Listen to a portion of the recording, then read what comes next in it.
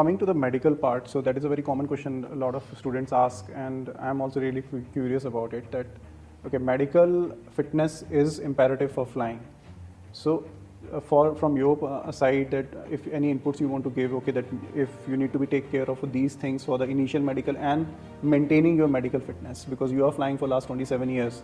So you know that, okay, this medical fitness I have to do, and what are the do's and don'ts for that? So for the initial medical fitness, probably I will not be able to answer it completely, but I believe on the appropriate websites you will find all the details of what is the level of medical fitness, as in what is the eyesight which is required, what is the BMI that should be there, and you should be able to probably different parameters you can find. But in general, basic medical fitness is obviously there, and especially if you're joining the Air Force, then you cannot be wearing specs at the time of joining. Later on, as people grow old, obviously at some point they'll start wearing reading glasses, and even far sight glasses do come in, which is permitted at a later stage. But at the point of joining, that is not permitted. In the civil flying, the parameters are different, where you can fly even if you are wearing specs. So that's an example of the difference which is there in both the things. But how to maintain that medical fitness?